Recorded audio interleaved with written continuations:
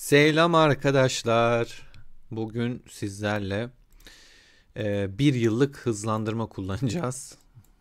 Günleri harcayacağız. Bir yıllık harcama yapacağız arkadaşlar. Bir yıllık hız basacağım. Yani bu arada tabii kayda başlamadan önce ben bugün biraz bastım. Bir 50-60 gün bastım. Tutamadım kendimi.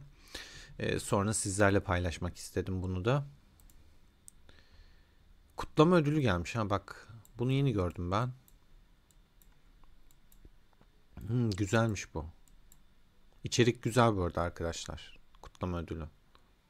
9 gün süresi varmış. Acele etmeyin yani. Başka yeni bir şey var mı? Yok. Evet arkadaşlar. Bugün valide şöyle göstereyim. Üretim günleri, üretim ve işte yüzükler için bastığınız ve hızlandırma günü bir arada biliyorsunuz. Ben bugün yüz üretimi de geçtim. Yüzük aldım. Yüzük geliştirdim. Dediğim gibi biraz da hızlandırma bastım. Şu anki puan 5,3 milyon puan yapmışım. Ama bu sıralamada beni 16. yapıyor. Valiye herkes abanıyor tabi.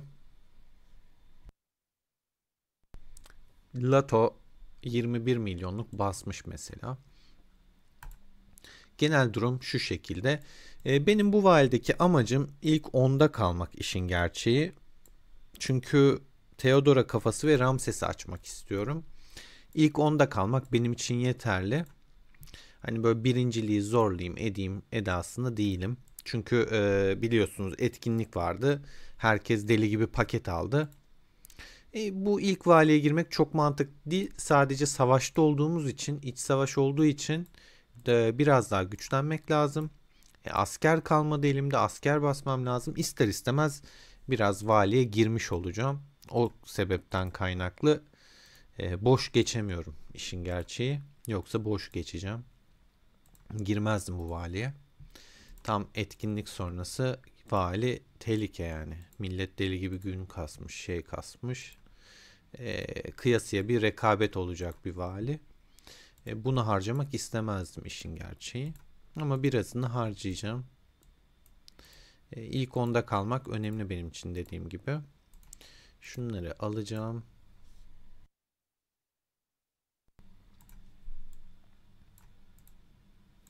Ben buraları alıyorum arkadaşlar bu arada gördüğünüz gibi.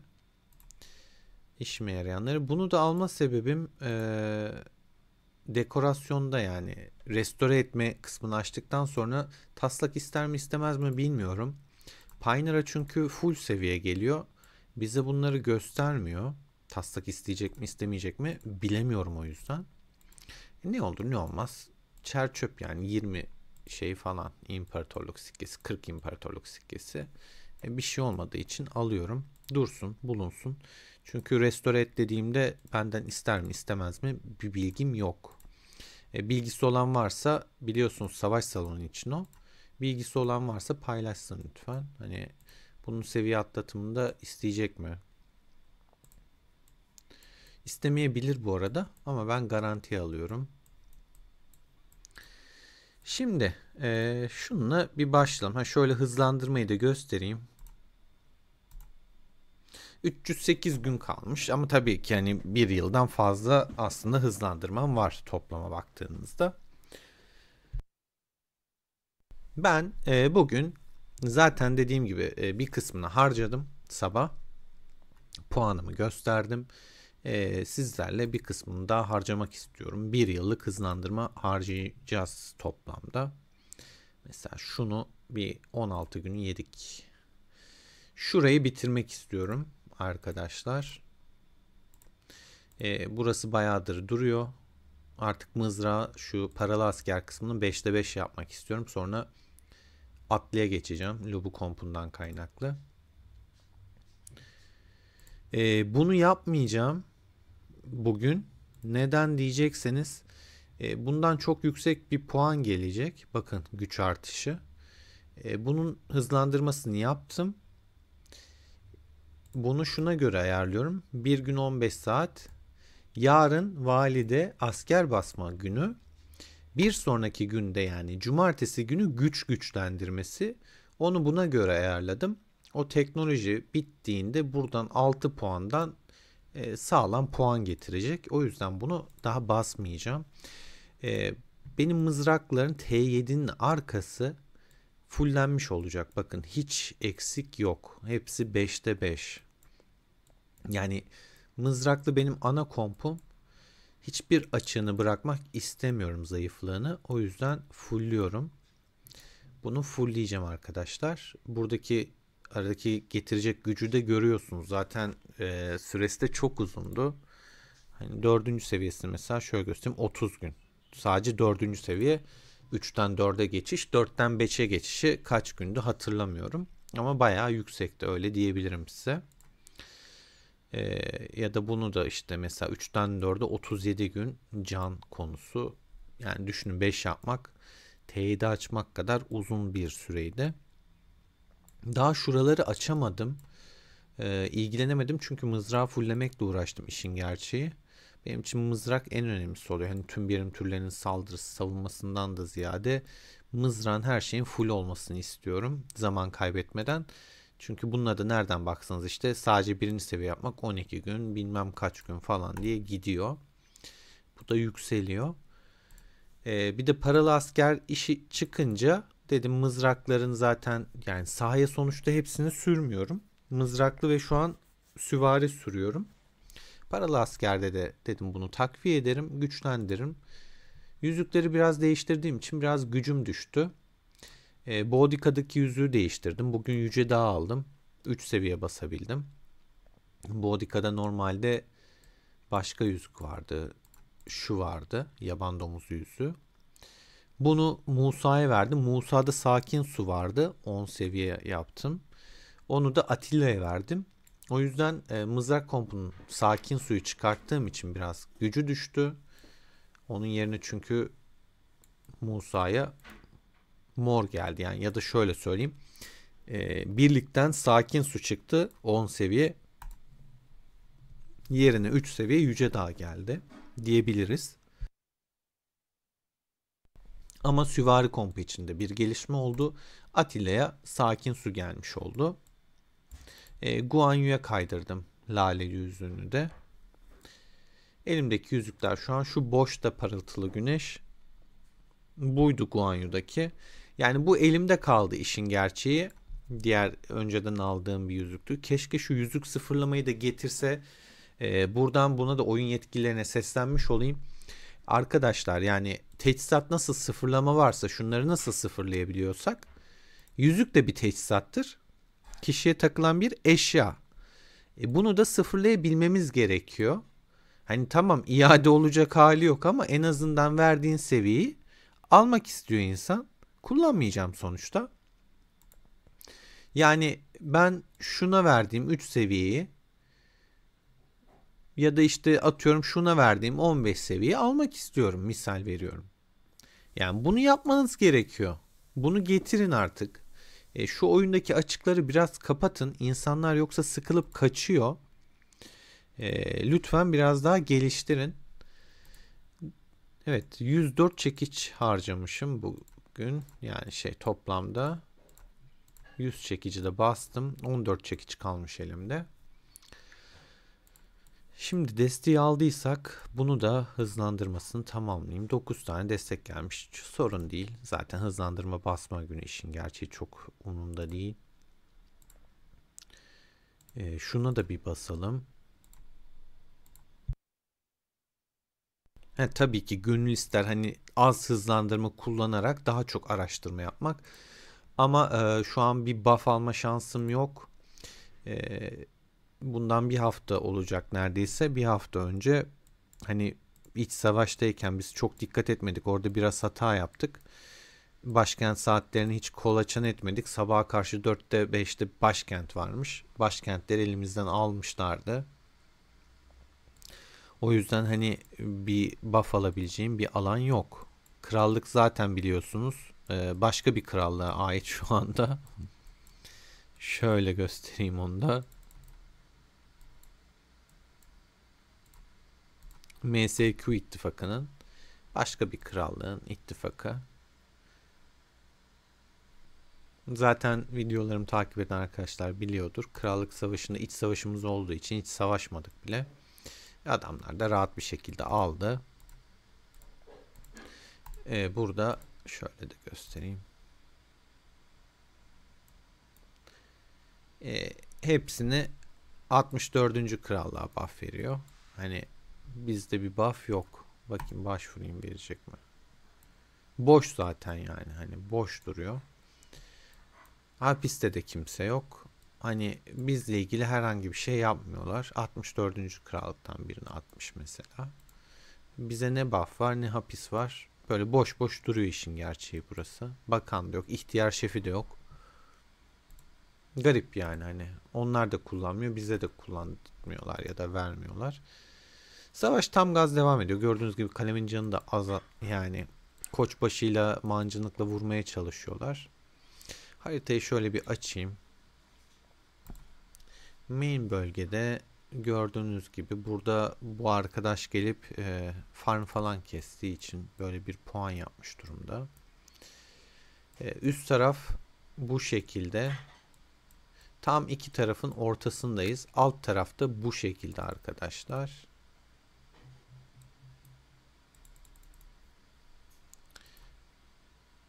Burası da bu şekilde gördüğünüz gibi. Burada bizim üstünlüğümüz var ama hani öldürmede derken, ama haritaya baktığımızda daha geriye düşmüş durumdayız. Buradaki bağlantı olmadığı için kasabalar etkisiz durumda gördüğünüz gibi. Yani iki tane seçenek var önümüzde. Ya buradan gideceğiz ya da buradan, bu yoldan gideceğiz. Bu hafta KVK var. Kral şehrine ulaşımımız çok zor. Maalesef hani ulaşım şu anda görünmüyor. Rıhtımlar kapalı. Bizde değil. Bir geçiş olaraktan bir yol görünmüyor maalesef.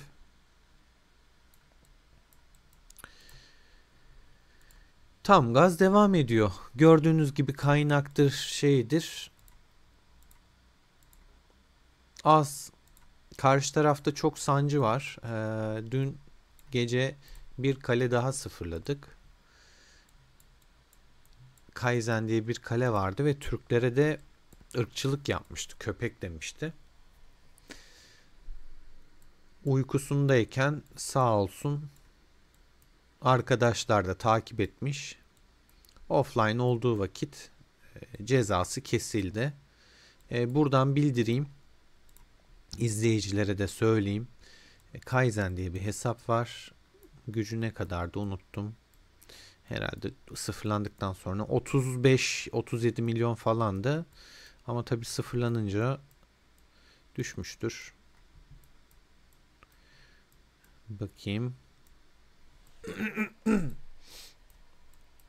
Bu kadar da düşmüş olamaz be. Aha vallahi düşmüş. O zaman bu 35 değil miydi acaba? 29 falan mıydı? 30 diye hatırlıyorum ben bunu. 30'larda diye hatırlıyorum da bu kadar pis düştüyse zaten oyunu silsin artık.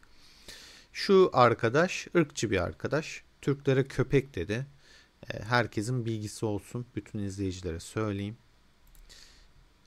Şu hesap arkadaşlar ırkçılık yapıyor. Bilginiz olsun. Kendisi Almanmış bu arada.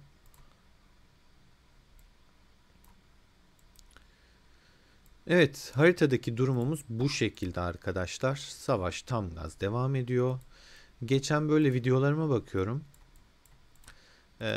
15 gün, yani 2 hafta önce attığım videoda gücüm 43-44 milyon.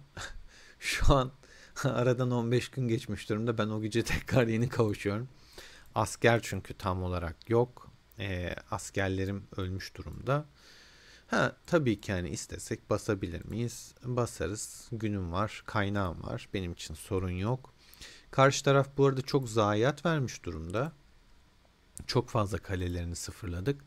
Yani artık içtimaya falan katılanlar Oyunun kaderini sadece şu koca kafa değiştiriyor. Ama bunun bile başlangıçta 5,5 milyon askeri vardı. Şu an 4,5 milyonun altında askeri kalmış durumda. Kaynak sıkıntısı çekiyor. Aşikar. Çünkü sürekli savaşta kaynak toplayacak zamanı yok. Olmadığı için de patlıyor. Bu adamlar da bitmiş durumda. Buradan beni izlediklerini biliyorum. Özellikle şu arkadaş abone olduğunu da söyledi zaten. İstanbul'da deprem olduğunda savaşı bile durdurmayacaktı neredeyse. O derece kinliler bize. Sonradan yani hani böyle artık internette, haberlerde, dünya haberlerine çıkınca deprem, o şekilde bir kısa ateşkes uyguladılar. Yaklaşık bir 7-8 saat, onların uygun olacağı saate kadar sağ olsun bize ateşkes ilan etti. Çok kısa bekletiyorum. Bir mesaj geldi WhatsApp'tan da. WhatsApp grubumuzda birini gruba eklememi istemişler. Bu arada katılmak isteyen olursa WhatsApp grubumuza bekleriz. Hemen şu arkadaşı ekleyeyim.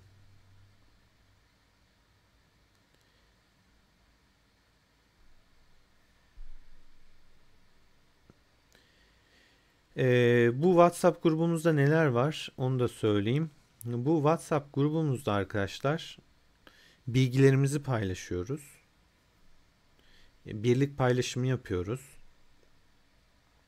İşte strateji paylaşımı yapıyoruz. Sohbet ediyoruz. Nasıl daha hızlı güçlenebiliriz, neler yapabiliriz, etkinlikler neler, neler gelir, göç ne olur vesaire, bunları konuşuyoruz. Göçe gelmişken bu arada ben daha önceki videolarımda herkes size göç geliyor Nisan ortası, Nisan sonu derken ben size, izleyicilerim bilir, göç möç gelmez dedim bu kadar kısa sürede. Nitekim de öyle oldu. Göç falan yok arkadaşlar. Mayıs'a geldik. Daha göçle ilgili bir açıklama da gelmedi.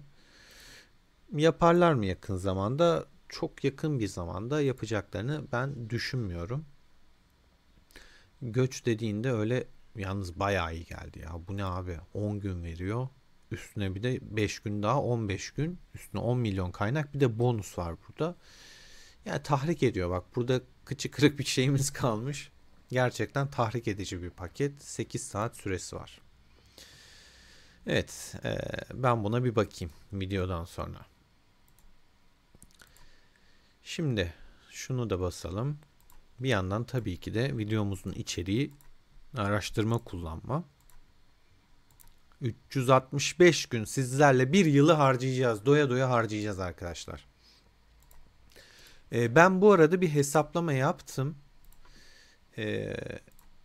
Şöyle hemen bak, güç 7,3 olmuş etkinlik. Bir gün hızlandırma arkadaşlar 43.200 puan ediyor. Bir gün hızlandırma 43.200 puan.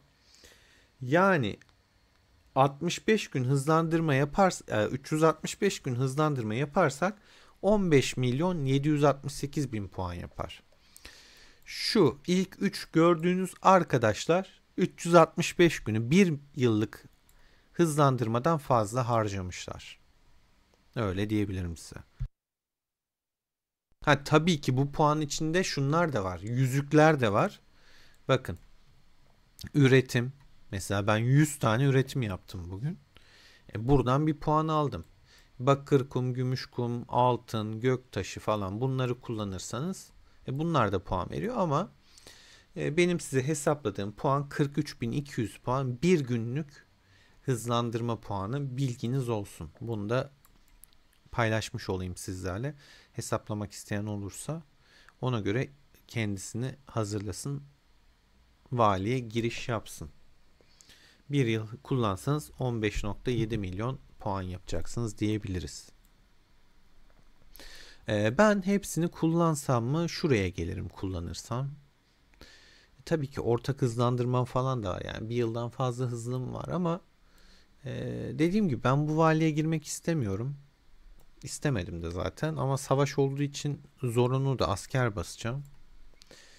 Yani askerim yok doğru düzgün.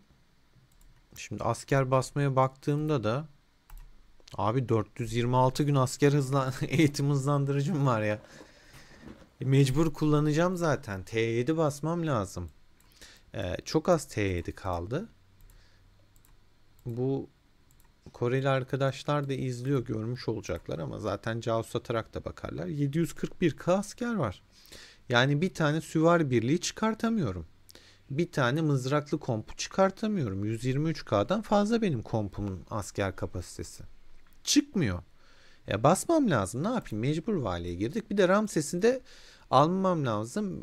Bir de Theodora'yı da kafasını fullemem lazım. Şurada kaldı 110 kafa. Yani ufak ufak valilere katılıp şunu yapmam lazım. Bunun da kafalarını basacağım. Bu da şurada kalacak. Yani işimiz çok arkadaşlar. İşimiz çok. Ne yapacağım bilmiyorum. Önerisi olan varsa bekliyorum yorumlarda. 12 aktifimiz var. Ya aslında 12 aktifle bir şeyler yapılabilir. Dur şeye katılayım bari. Bugün hiç şeyde dövmedim. Kabile de kesmedim.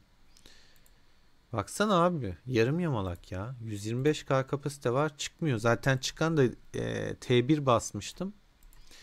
Vali için. Onları T7 yapacaktım. Onlar da öldü yani. Basarken onlar da gitti. T1 bile kalmadı. Koreli izleyiciler hani mutluluğa kapılmayın. Geçici bir süre bu. Tabii ki onlar da basacak bu arada. Vali dolu dolu geçecek. Yeni çıkartmışlar bu. Beceri parşömeni hiç beşli görmemiştim ve fiyatı da bu bayağı uygunmuş. Bunu düşünebilirsiniz arkadaşlar bu arada. Bu da uygun bu arada. Kaliteli altını bulmak zor. Kolay değil. Değerli. Yüzükler için değerli. Arenadan biliyorsunuz topluyorsunuz ama o da çok zor. Bir tanesi 2000 altın değerinde. Lavuk bize vurup duruyor ya. 2000 altın değerinde olduğu için almanız zor. Çünkü buradan sarı kafa alıyorsunuz.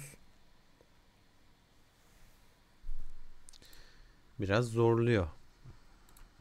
Evet, biraz yardım aldıysak şunu da halledelim. 11 yardım yeter.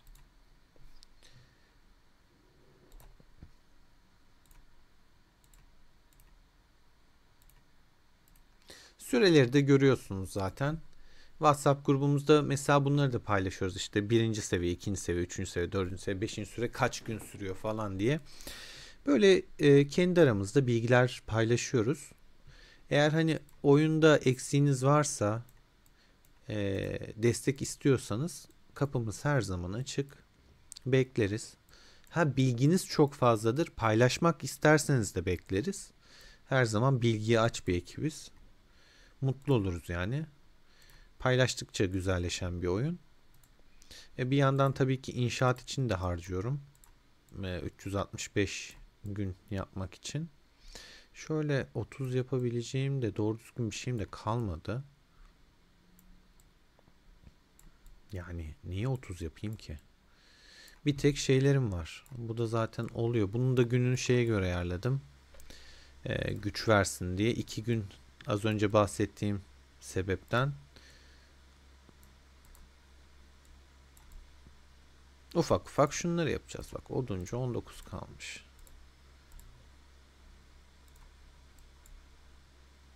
Abi bu kutular da çok tahrik edici. Bak çıkıp duruyor karşıma. Çıldırtacak ya beni.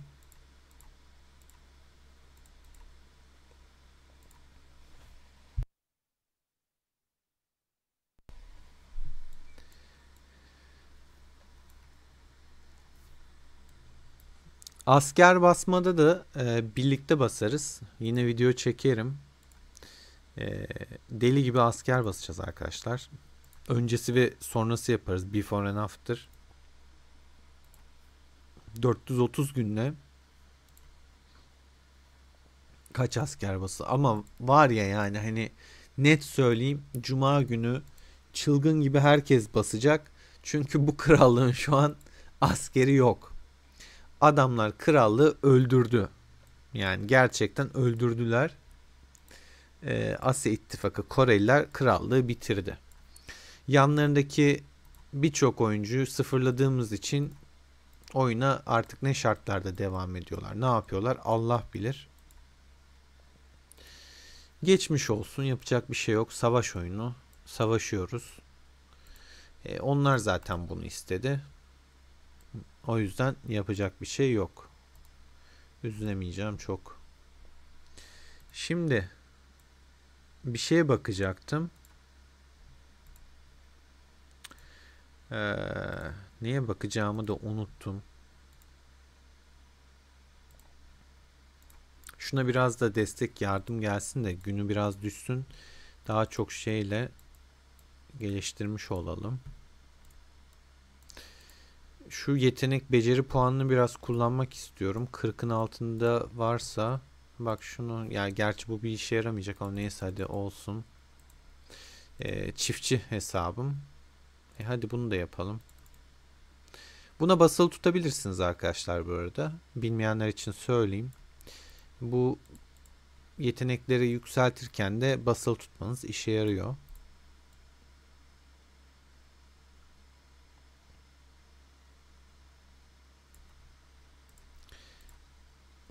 Kırk.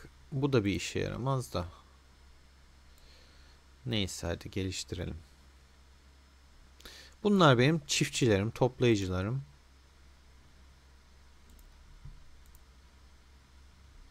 Bak bu işe yarar işte, bunu 40 yapmak işe yarar. Bana bunlar lazım.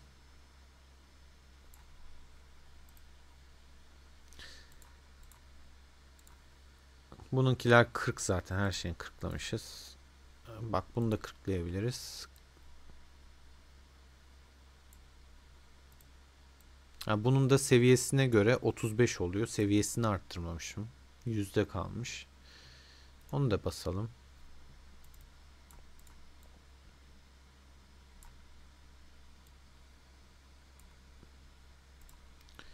Mecburiyetini de vereceğiz.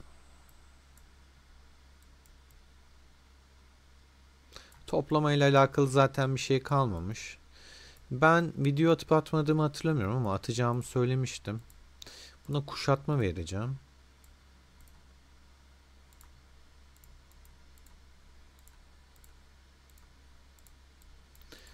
Bunlarla çok farklı şeylerim var, düşüncelerim var.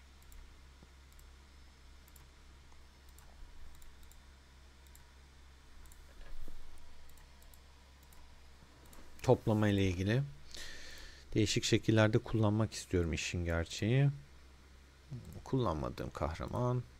Bak bu da olur.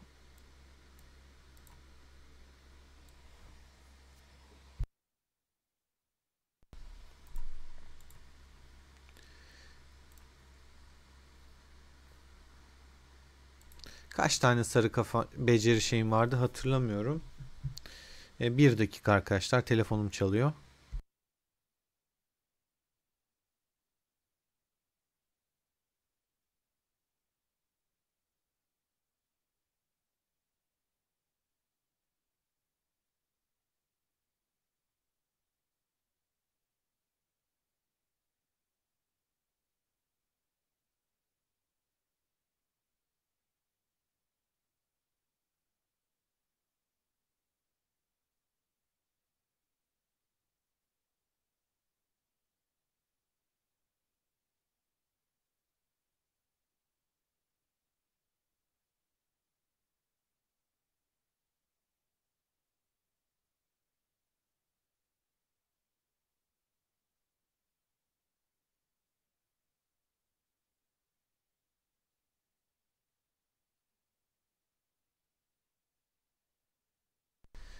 Pardon arkadaşlar ama zaten yaptıklarımı gördünüz. Yani şu anda burada toplayıcıları geliştiriyorum. Toplama hızını arttırıyorum. Çünkü toplamalar mühim, önemli. Bizim için faydalılar. Bunlarla alakalı kompları da zaten çekmiştim. Bunlar da şu da toplama aslında da. Şu an doğrularını yükseltmek istiyorum. Çünkü oyunda bir sürü toplayıcı komutan getirdiği için işte o en son gelen kadın komutan gibi morlar revaçtan düşmeye başlıyor. Şöyle göstereyim. Zaten ben bunu size Pioneer Server'da göstermiştim. Bu toplama komutanı olarak gelecek demiştim Kraliçe Dido. Öyle de geldi. Daha ilk şeyleri belliydi bunun toplayıcı olacağı.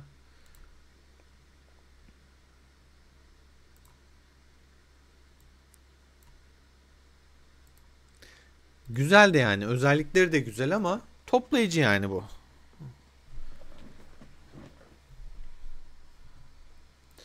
Neyse. Şu araştırmamıza geri dönelim. Çok da şey yapmak istemiyorum. Bir yanımda hemen böyle bitirmek istiyor hızlandırmaları. Bu kadar beklemem bile bir mucize benim. Evet arkadaşlar, mızrakların son paralı asker araştırmasını yapıyorum. Haydi bismillah diyelim ve son beşimizi bitirelim. Artık mızraklı şeyimiz kalmasın. Mızraklı kompumun gücü ne olmuş bakalım krallıktan. Tabi sonuncuyu da basınca daha fazla olacak. Ya abi bu da bir düşüyor bir artıyor. 8214 diyor mesela. Buradan bakınca 8947 diyor. Oraya yansıması geç oluyor olabilir. Geç sürüyor olabilir.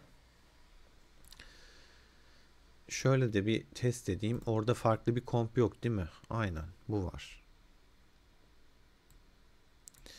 Teknoloji 1798. Tabii ki teknolojiyi de arttıracağım. Onu da son gün yapacağım arkadaşlar. Araştırmanın hepsini kullanmayacağım. Çünkü buradan şunları açmak istiyorum. Şunlara gideceğim. Yani benim burası için de bir 12 bu desen, atıyorum sonraki 20 desen bir 60 güne ihtiyacım var gibi düşünebiliriz. 60 günü şuna ayıracağız. Kalanları şunları kullanacağım. Bir kısmını tabii ki yetmeyecek. O yüzden şu an mesela bitirdikten sonra 228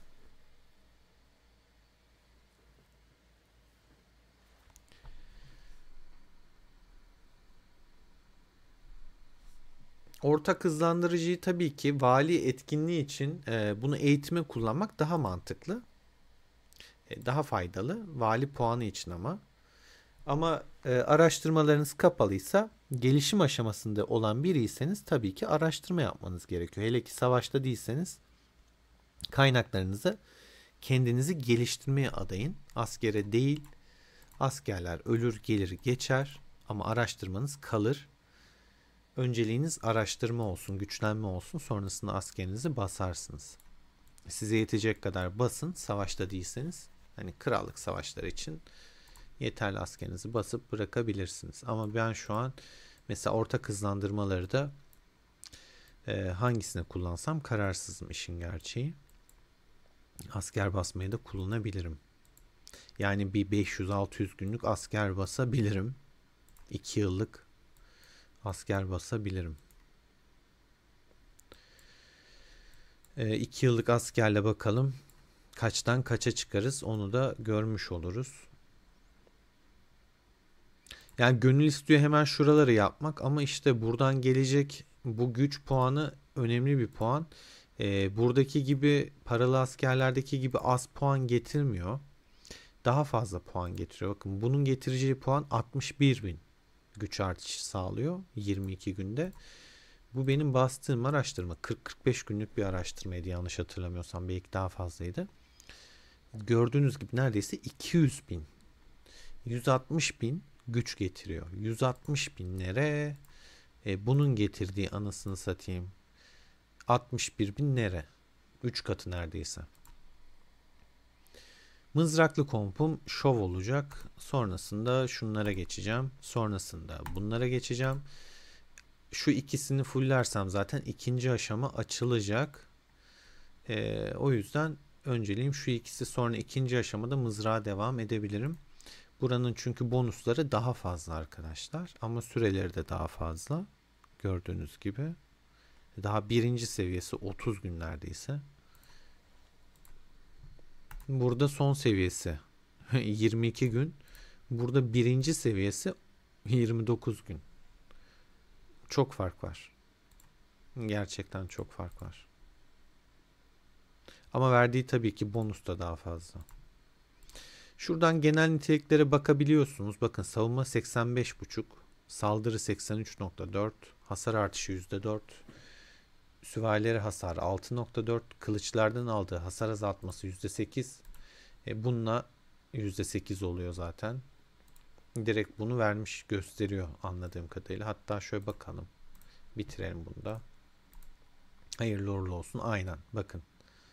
%8 olarak gösteriyor. Yani daha aşamadayken bile onu sendeymiş gibi gösteriyor orada nitelikte. Bilginiz olsun. Kafanız karışmasın.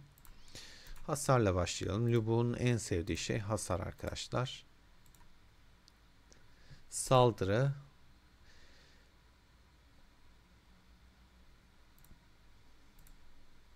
Can. Savunma. Bu mızraklardan aldığınız hasarı azaltıyor. Bu da okçuları verdiğiniz hasarı arttırıyor. Mızraklı kompumuz fullenmiş oldu. Güçte bir artış var mı? Tabii ki de olması gerekiyor. Paralı asker kullanıyoruz. 9 milyona çıkmış durumda. Musa'da bir sonraki çarkta 5 yıldız olacak. Eğer başka bir çark gelmeyecekse bunu yapacağım.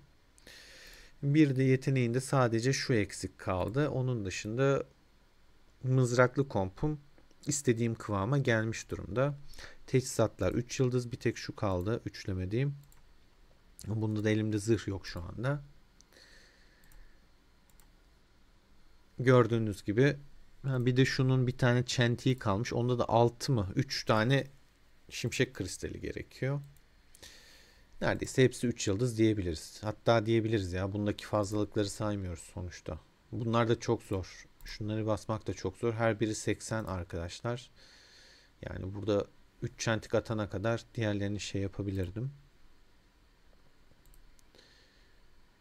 Teçhizatlar iyi. Taşlar kırmızı. Bunda sarılarımız da var tabii ki. Yetmeyenlerde sarılar da var.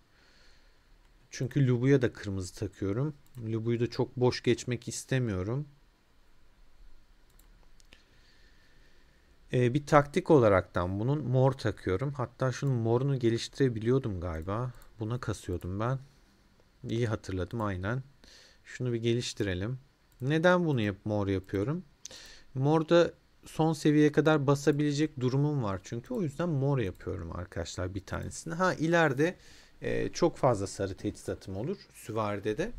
O zaman bundakini de tabii ki çıkartıp değiştireceğim. Şimdi bir tek miğferi kaldı. Geri kalan her şeyi üçlemiş olduk. Fulllemiş olduk. 60 seviyede bu da zaten. Bunun morlar biliyorsunuz 60'tan fazla gitmiyor. Sarı gibi 80'e kadar gitmiyor. Bu da 60. Gördüğünüz gibi. Bazıları 3. Ya bu teçhizatta taş kasmak en zor kısmı ama acayip de fark yaratıyor. Şimdi doğruya doğru ciddi farklar yaratıyor. Bakın bir tane seviye atlattım. Tabii 64'ten 65'e 1300 güç artışı oldu. Taşlar bu şekilde gördüğünüz gibi.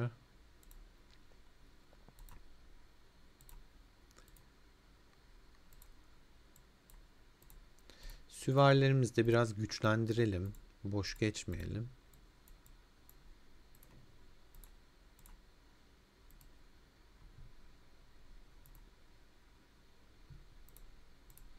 Mulanları daha çok yok etmek için.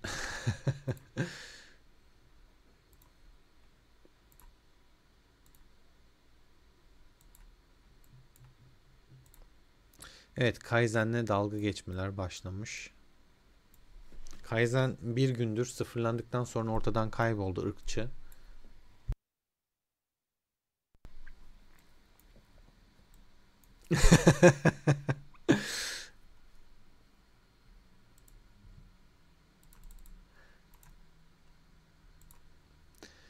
Bu arada arkadaşlar krallığın birincisi de e, beni tehdit etti. Her kale sıfırlamanın içtimasını ben açıyorum. Her gece operasyon çekiyoruz. Herhalde adımı mı şikayet mi ettiler, ne yaptılar, abilerine mi söylediler? İşte dedi ortalıkta görürsem seni sıfırlayacağım falan dedi. Peşimde koşturuyor, yakalamaya çalışıyor beni işte. Bu etkinliği biliyorsunuz arkadaşlar. Geçmişte vardı savaş alanı. Yeniden açtılar. Ama seviyenin şeyi fazlası yok. Eskisi kadar. Aynı. Sadece onların zorluklarının seviyeleri var. Ara ara yapıyorum ama uzun süren bir etkinlik. 12 dakika boyunca. Bunu da ayrı bir videoda yaparım. Bu videomuz 40 dakikayı buldu. Daha da uzatmayacağım. Bakalım kaç gün harcadık şu anda. Şunların hepsini bir yapacağım. Sonrasında şöyle de bir bakalım. 197 güne düşmüş. Dediğim gibi hani ben zaten harcamıştım. Puanda ne alemdeyiz? 10 milyon puana ulaşmışız. Genelde ne alemdeyiz? 7. sıradayım. Benim buraları geçmem lazım işin gerçeği. Çünkü yani Theodora'ya da ihtiyacım var. Ramses'i de almam lazım. Açılması lazım. Yani Süleyman ne kadar güçlü olsa da ama yüzüğüyle bu şekliyle değil. Arkadaşlar Süleyman'ın yüzüğü 40 seviye itibariyle bütün okçuları kesiyor. Ama onu yapmak her baba yiğidin harcı değil ve öyle kolay bir iş de değil. Sarı yüzüğü 40 seviye basmak. O yüzden Süleyman kompuna yani Süleyman'a gidemiyorum. Belki ileride ancak kullanılabilir. Artık tabi ileride neler gelir, hangi kahramanlar olur bilmiyorum. Ama biraz buna verilen emekler boşa gitmiş oldu, çöp oldu. Hatta şunları da sıfırlayıp bunların şeylerinde bir tanesini şeye basarım. Ne derler Musa'ya.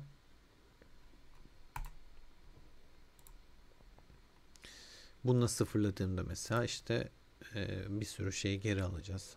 Hatta onu şimdi de yapabiliriz ya. Zaten çok fazla sahaya indirmediğim bir kahraman şu anda. Boş. Buna yetiyor mu? Diğerini de sıfırlayayım mı?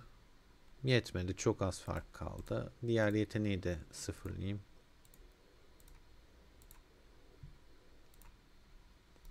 Zaten Ramses'i açacağım.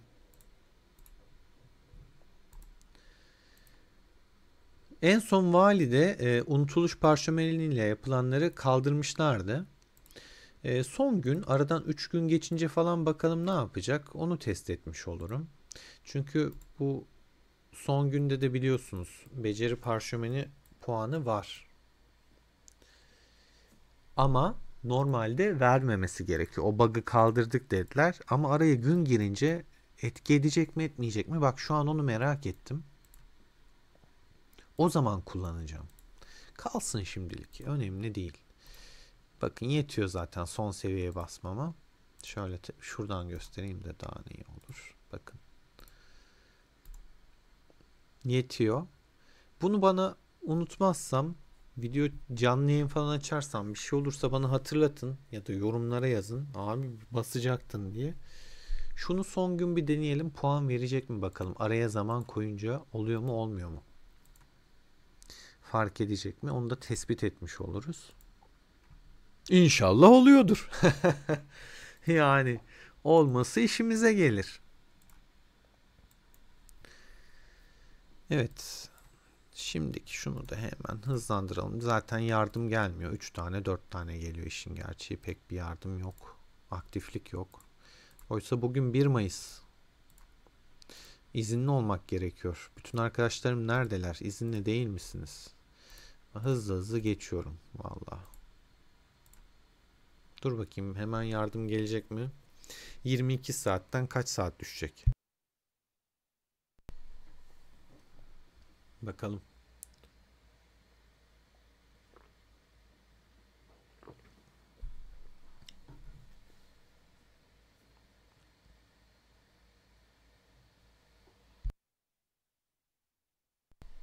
Evet, hala gelmiyor.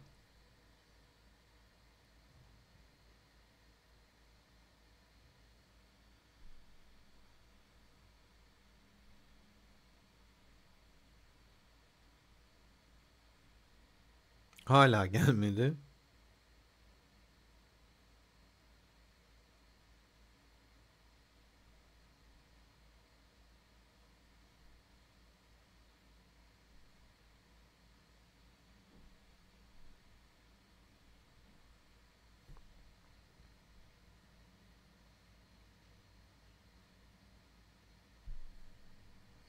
Bir saatçik oynattı.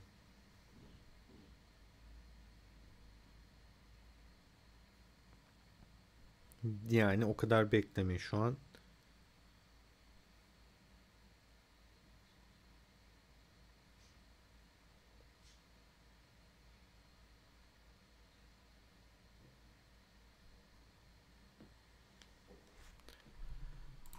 Çok değmiyor. 3 tane geldi zaten. Geçelim.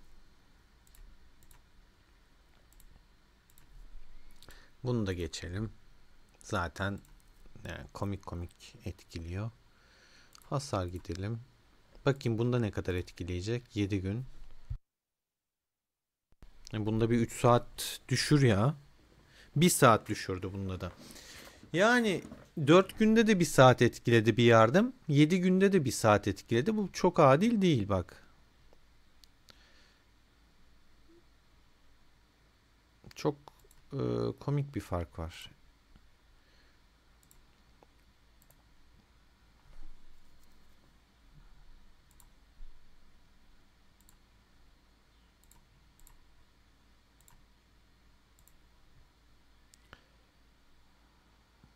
2 saat kadar. Arkadaşlardan biraz bari 5 saat 6 saat almış olayım. Ne kadar hızlandırma kaldı? 171 gün. Ama şurayı da bırakmam gerekiyor.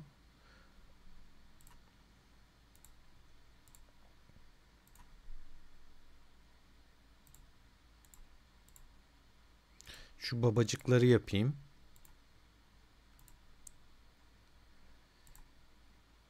Can da yapmak istiyorum aslında.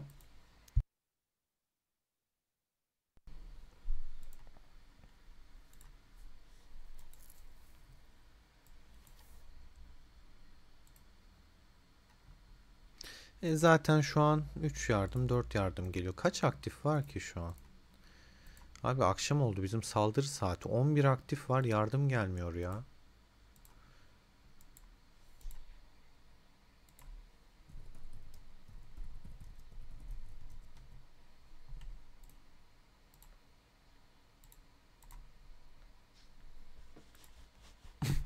Kaizen'le dalga geçmeleri ama sonuna kadar hak ediyor ya.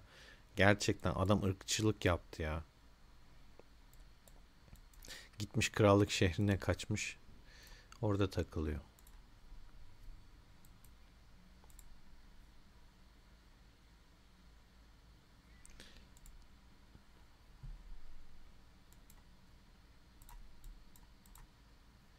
Bakalım kaç yardım oldu?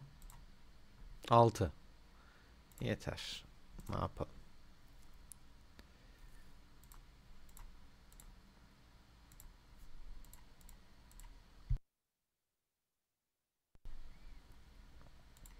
Video biraz uzun oluyor. Malum bir yıllık hızlandırmayı harcamak da öyle kolay değil. Biraz da yardım alaraktan harcayalım. Kuru kuru da gitmesin yani. Yine çok uzun olmasın diye 25 yardımda 3-5 yardımla es geçiyorum. O çok da şey yapmak istemiyorum. Ama zaten tamamını harcamayacağım şu an. O tarafa da araştırma kısmındakilere biraz bırakmak istiyorum. Yani şu an onu düşündüm. Oradaki çünkü şeyi de açmam lazım ya. Burayı açmak istiyorum. Şunların gitmem de lazım. Buradaki buff da güzel. Güçlü, fark yaratıyor.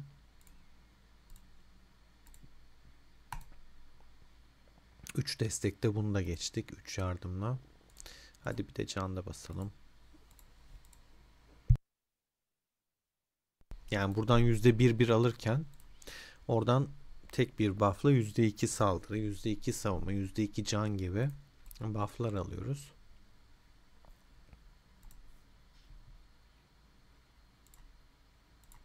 Geçtim. Bekleyemeyeceğim.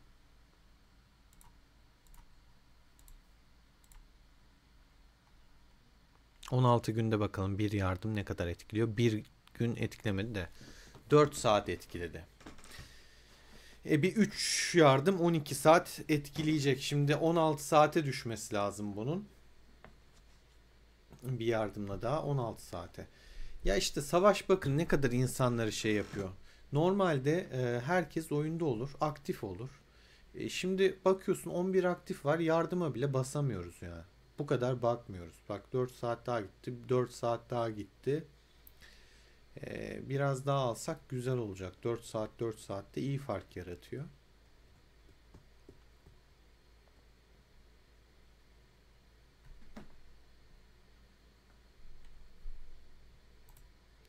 Süvarim ekibim böyle çok wow aman aman bir ekip değildi ama 5 milyon güce de ulaşmak üzere. 5 milyon güç de kötü bir güç değil. Çünkü bunların şeylerini geliştirmedim. Yetenekleri daha tam gelişmemiş. Teçhizatları okey. Ama mesela Guan Yu'da yetenek yok. Basmadım.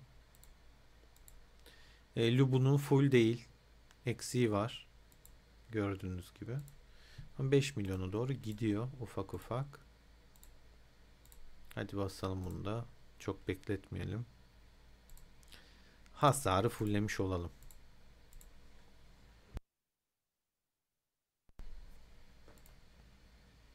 Ama buna biraz yardım alalım. Kaç gün kaldı? 120'ye düştü.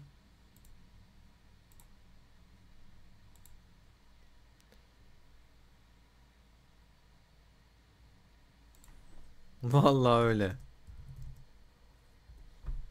Yani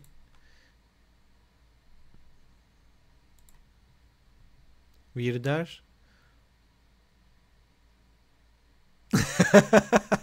çeviriye bak ya. Çok iyi. Aufhören, ich hab nicht.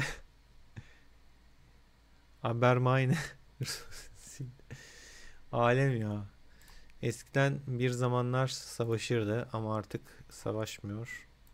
Dediğim gibi hani sunucuyu öldüren bir şey savaş. İç savaşlar çok kötü oluyor. E, Birçok kişi oyunu da bırakıyor. Yani erdemlere bakın. Mesela KVK'da bazı krallıklar denk geliyor. Abi adamların ittifak erdemi bu kadar ya. Yani komik ya gerçekten. İlginç. Garip.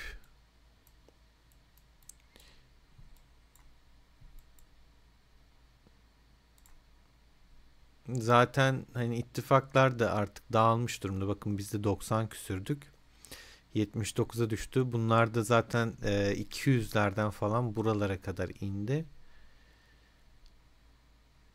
Erdem olayına bakın. Bu şekilde yani iki ittifak arasında geçen kıyasıya bir savaş ama biz yarısı kadar kişiyle bu savaşı veriyoruz. Hatta yarısından bile azız aslında. 80 olsak 160 olurdu iki katı. Yani 158 iki katımız ama bunlar 167. Ona rağmen gayet kafa kafaya götürüyoruz bir şekilde. Elimizden geldiğince mücadelemizi veriyoruz arkadaşlar. Yapacak bir şey yok. Haksızlığa gelemeyiz. Buna bir dur dememiz gerekiyor. Bu sebeple de sonuna kadar savaşacağız. İki taraftan biri yok olacak belli ki. Kaçarı yok bu işin arkadaşlar. Kaynak 4 milyara yakın kaynak vardı. Kaynak ne alemde ona da bir bakalım. 3.90 falandı galiba. Yani sabah bir ara 4.03'leri falan görmüştüm. Şimdi 3.6 milyar diyebiliriz.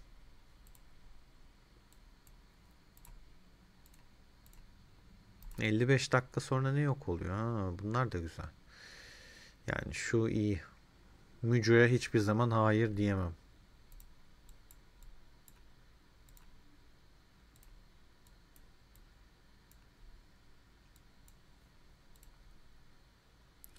Hangisindeydim? 4. Hadi bunu da 5'teyken şey yapayım.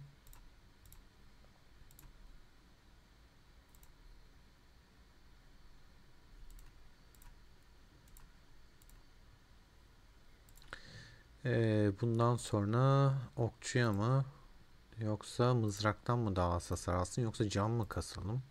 Savunmasını mı güçlendirelim? Hepsini şunları da 2 yapayım. Sonra şuna şey yapayım.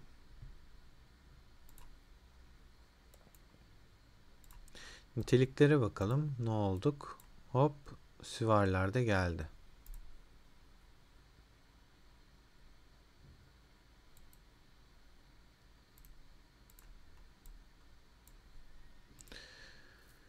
Evet arkadaşlar, videomuz biraz uzun sürüyor. Mecbur. Çok da uzatmayayım o zaman. Hı? Burada bırakayım.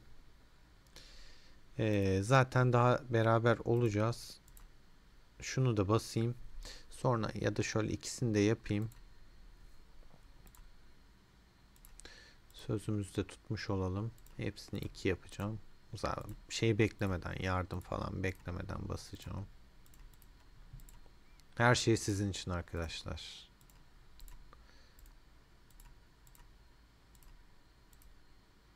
Yardımsız takır takır gittik valla.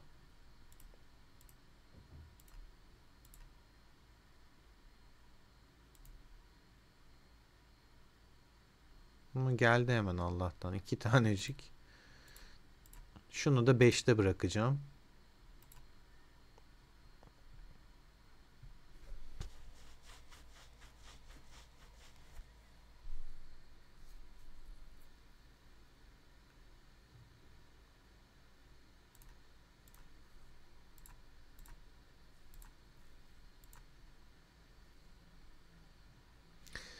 Bunun da 5'ini şeye göre ayarlayacağım. Vali etkinliğine göre ayarlayacağım. Oradan da puan gelsin diye şu gün Cuma gününe bitmesini ayarlayacağım. Zaten hızlarda da bir şey kalmamış olması lazım. Aynen. Gördüğünüz gibi 14 gün 13 saat kaldı. 14 gün zaten bunun hepsine yetmeyecek. Ortak hızlandırmadan da kullanacağım. O şekilde yapacağım arkadaşlar. Beni dinlediğiniz için teşekkür ediyorum. Dolu dolu hızlandırmaları bitirmiş olduk. Gördüğünüz gibi araştırmada bir cacık kalmadı. Sabah da harcamıştım, gösterdim. Son puan durumuna da bakalım. Çılgın gibi harcadık. 15 milyonun altında puan olmaması lazım. Çünkü bir yıllık hızlandırma kullandık.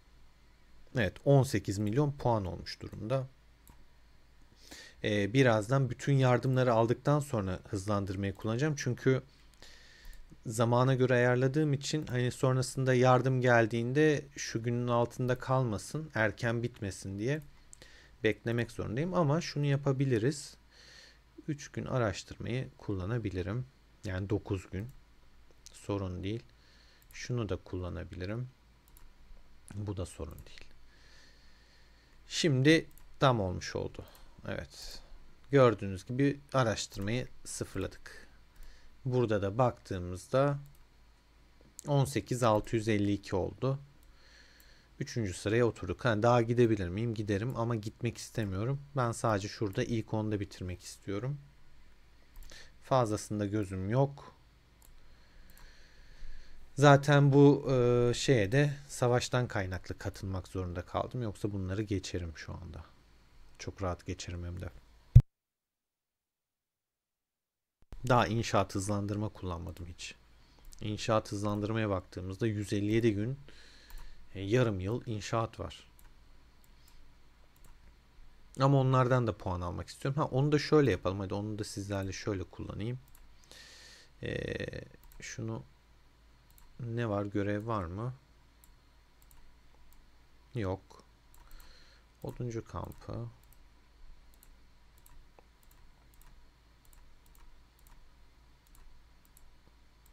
Hadi sizlerle şöyle yapmış olayım onu da. Bir yıldan fazla hızlandırma kullanıyorum arkadaşlar. Bir iki gün, bir iki gün gidiyor şu anda. 3 günde buradan gitti.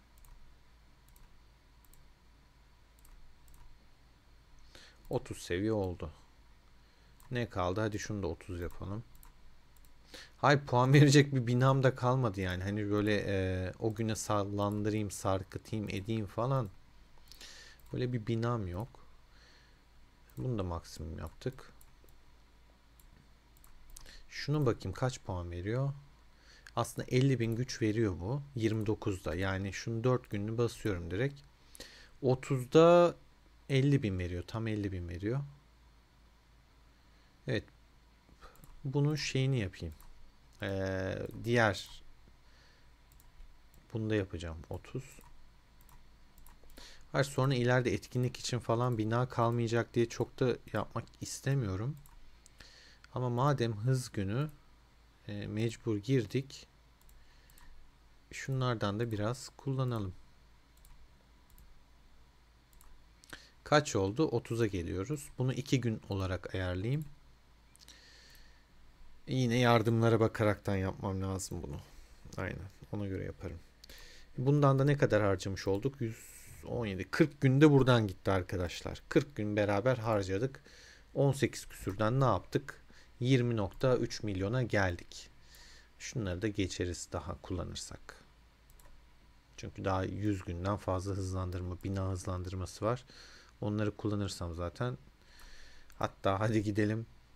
Şunu yapalım. Şunu zaten çok tırt. Şuradan 30 yapayım. Ne var? Video biraz uzuyor ama zaten hız kullanma videosuydu. Gördüğünüz gibi deli gibi de 400-500 günlük hızlandırma kullanıyorum sizlerle beraber. Bu ne kadar veriyor? Bu 46.000 güç veriyor. Mesela bakın konut daha fazla, ev daha fazla puan veriyor. O zaman ne yapıyoruz? Bunu bitirelim. Konuta geçelim. Ama şunu bitirirken altından da bir tanesini 30 yapmak istiyorum. Hatta şu arkadakini 30 yapmak istiyorum.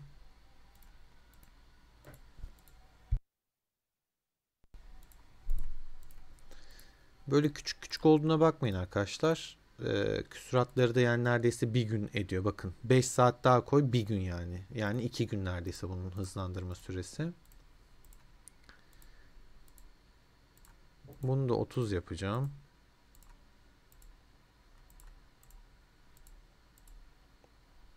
Bu da aynı oranı veriyor. Evler biraz daha fazla güç veriyor. Bunu da görmüş olduk 30 seviyede. Taş ocağında bir tane düşük seviye var. Şunu da 30 yapayım.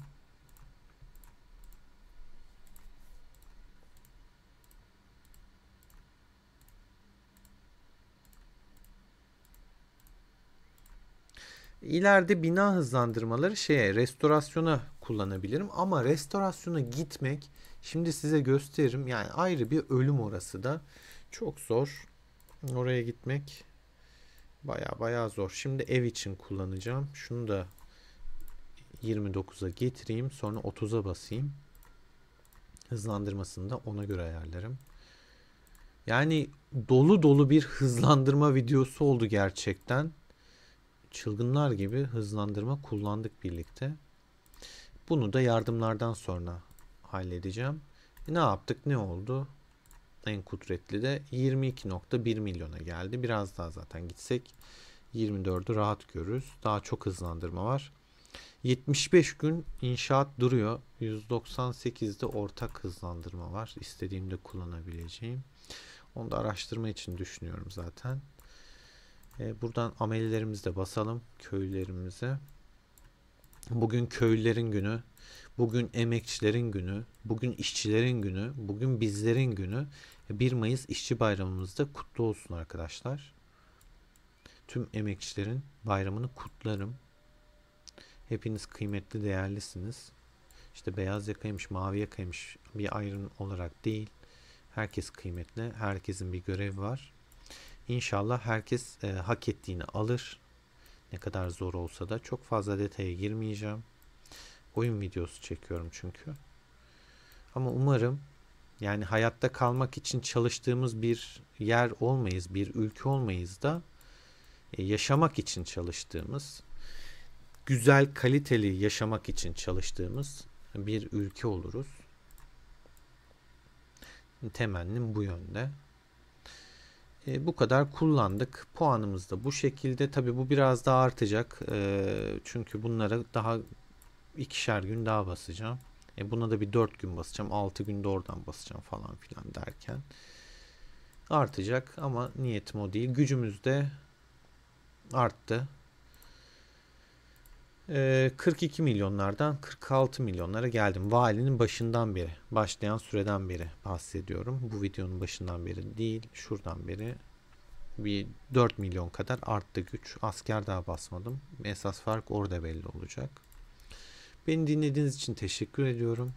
Kanala abone olup destek olursanız çok sevinirim. Yorum da bırakırsanız mutlu olurum. Yorumlarınız da kıymetli. Görüşmek üzere arkadaşlar. Hoşça kalın.